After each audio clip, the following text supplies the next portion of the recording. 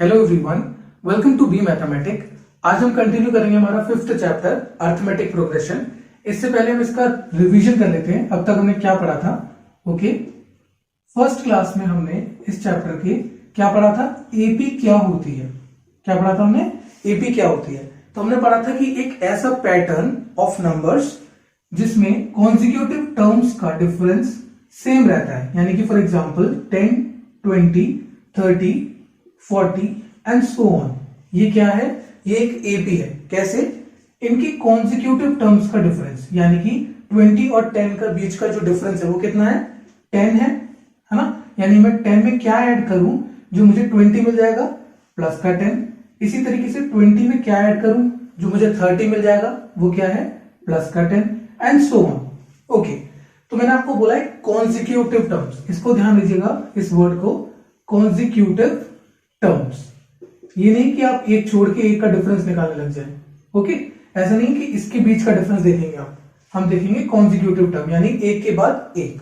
Okay, अब मैंने आपको बताया था ये जो डिफरेंस होता है, जो सेम रहता है, तब हम उसको बोलते हैं एपी। ओके, इस डिफरेंस को क्या बोलते थे हम? इसको बोलते थे कॉमन डिफरेंस। क्या बोलते थे? Common difference. किससे रिप्रेजेंट करते थे? डी से।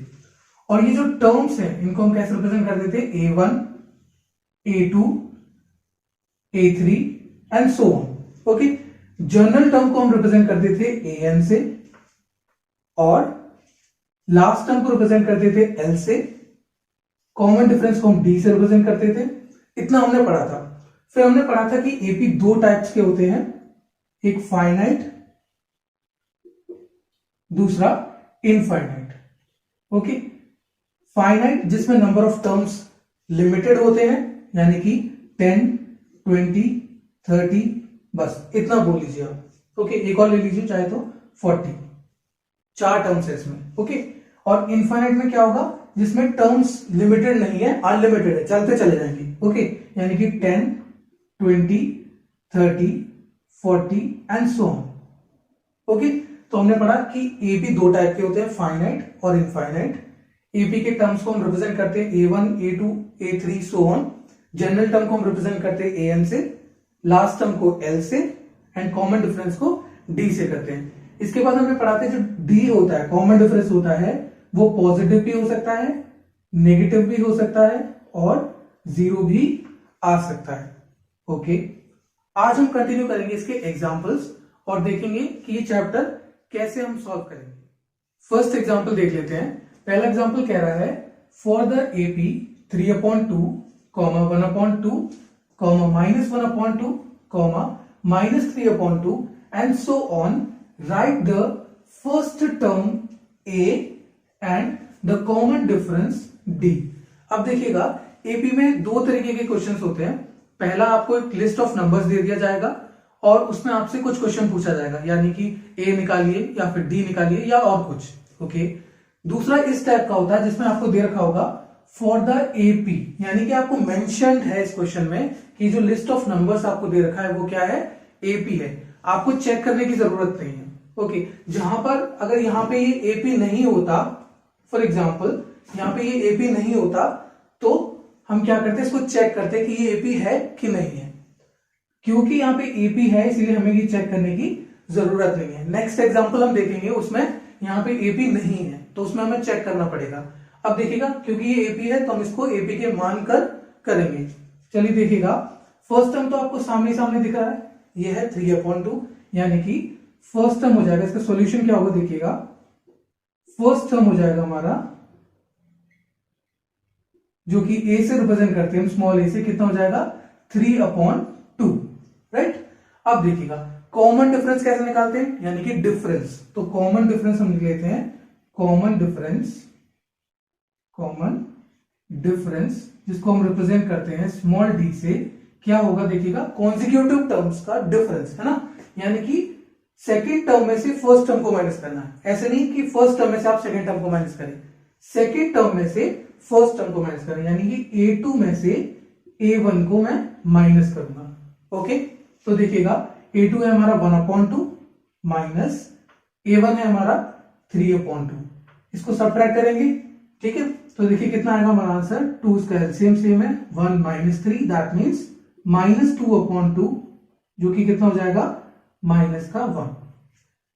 तो आपने देखा फर्स्ट टर्म है हमारा 3/2 और कॉमन डिफरेंस क्या है -1। बहुत ही सिंपल क्वेश्चन था, अभी शुरुआत है आपकी, इसीलिए प्रैक्टिस के लिए क्वेश्चंस आपको एनसीईआरटी में दिए हुए हैं। अब देखेंगे हम सेकंड एग्जांपल 2 देख लेते हैं। एग्जांपल 2 कह रहा है which of the following list of numbers form an AP. यहां पे देखिएगा क्वेश्चन मार्क है, यानी कि वो आपसे पूछ रहा है कि ये एपी है कि नहीं। If they form an AP right the next 2 terms. आपसे बोल रहा है कि अगर ये एपी है तो आपको नेक्स्ट 2 टर्म्स बतानी, यानी कि यहाँ पे मान लीजिए 4 जो टर्म्स दे रखे हैं, इसके बाद 2 टर्म और आपको बताना है।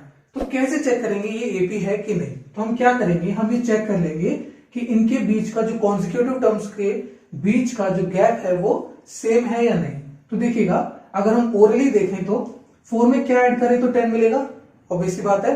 6 ऐड करेंगे, 10 में क्या ऐड करेंगे जिससे 16 मिलेगा, वो भी 6 है। 16 में क्या ऐड करेंगे जो 22 मिलेगा, वो भी क्या है 6 है। तो ओरली तो ये बहुत आसान है ना। तो अब इसको हम कर लेते हैं कॉपी में। कैसे करेंगे देखिएगा, ये हमारा फर्स्ट टर्म है, ये हमारा सेकेंड टर्म, ये थर्ड टर्म और ये फोर्थ टर्म। तो हम क्या करेंगे, इनके बीच का जो गैप है उसको चेक करेंगे कि ये सेम है कि नहीं। तो कैसे देखेंगे, हम करेंगे a2 minus a1। Okay, a2 minus a1 कितना होगा देखिएगा 10 माइनस 4 जो कि है 6। ओके, अब हम चेक करेंगे इन दोनों बीच में क्या है ये गैप, a3 माइनस a2, ये थर्ड टर्म है, इसमें से हम सेकेंड टर्म को सबट्रैक्ट कर रहे हैं। तो कितना बनेगा देखिएगा 16 माइनस 10, दैट मीन्स 6 हो गया। अब देखिएगा फोर्थ टर्म में से हम थर्ड टर्म को माइनस करेंगे, a4 minus a3 is equal to जो कि 22 माइनस 16, ये कितना हो जाएगा 6। आप देख सकते हैं कि जो डिफरेंस आया वो कैसा है, कॉमन है, यानी कि सेम है, इसलिए क्या है ये एक अर्थमेटिक प्रोग्रेशन है। तो हम लिखेंगे कैसे, देखिए कॉपी में जब करते हैं तो फॉर्मेलिटी करते हैं, और वैसे हमें क्वेश्चन आता है कि हमने ओरली कर लिया। ओके, तो अब हम फॉर्मेलिटी कैसे करेंगे देखिएगा, आप कहेंगे कि जो डिफरेंस हमने निकाला है कॉन्जिक्यूटिव टर्म्स के बीच में वो सेम है, इसलिए ये क्या कहलाएगा, एपी कहलाएगा। फॉर एग्जाम्पल हम इसको लिख लेते हैं, इसको since the difference between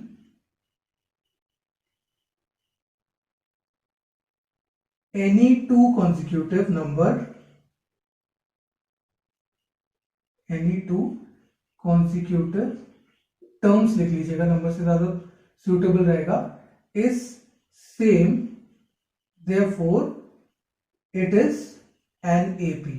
okay, ये एक AP है क्योंकि कॉन्जिक्यूटिव टर्म्स, कोई भी कॉन्जिक्यूटिव टर्म ले लीजिए आप, या तो फोर्थ टर्म और थर्ड टर्म के बीच में देख लीजिए, थर्ड टर्म और सेकंड टर्म के बीच में देख लीजिए, गैप कितना है 6 का है, तो ये क्या बन गया, एक एपी बन गया। अब आपसे बोला था अगर एपी बन जाता है तो आपको क्या निकालना है, नेक्स्ट 2 टर्म्स निकालना है, यानी कि 22 में मैं क्या ऐड करूंगा, यानी कि मुझे क्या ऐड करना है 6 ऐड करना है, जो कॉमन डिफरेंस है। So here a is equals to कितना है, a फर्स्ट टर्म कितना है 4 है, हालांकि हमसे पूछा नहीं है फिर भी हम बता दे रहे हैं, a 4 हो गया, और d कितना है हमारा, देखिए गैप कितना आया था 6 है, तो d हो गया हमारा 6।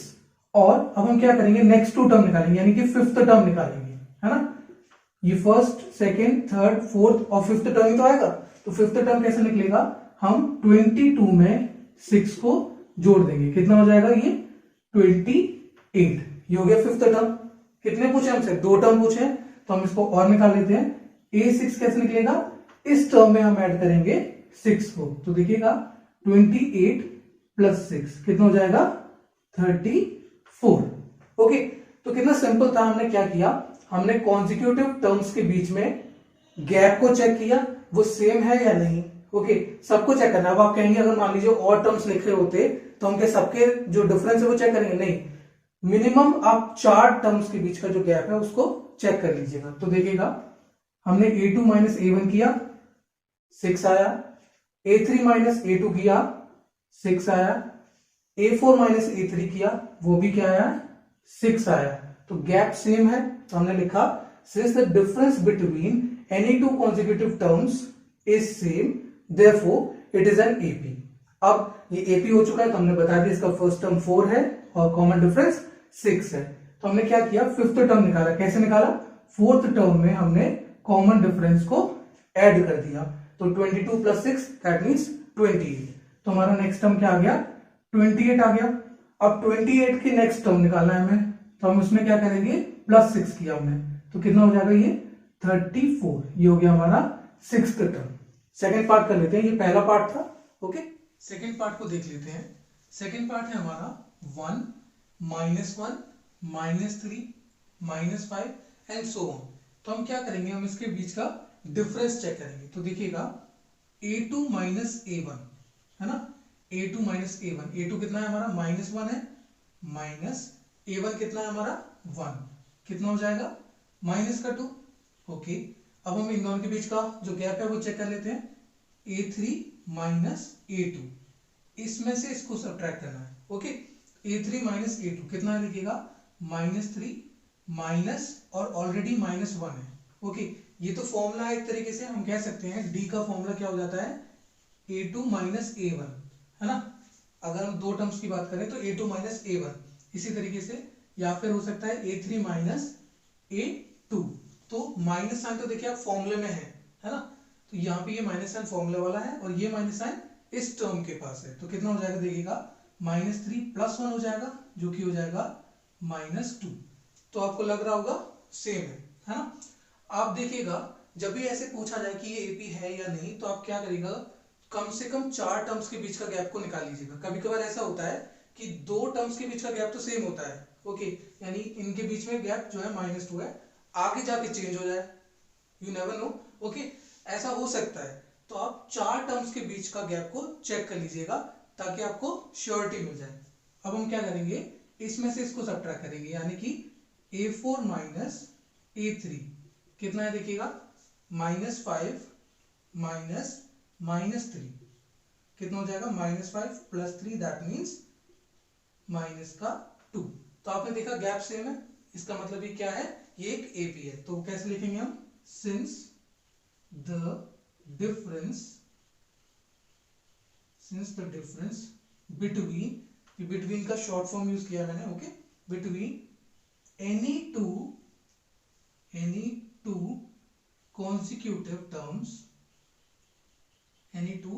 consecutive terms is same,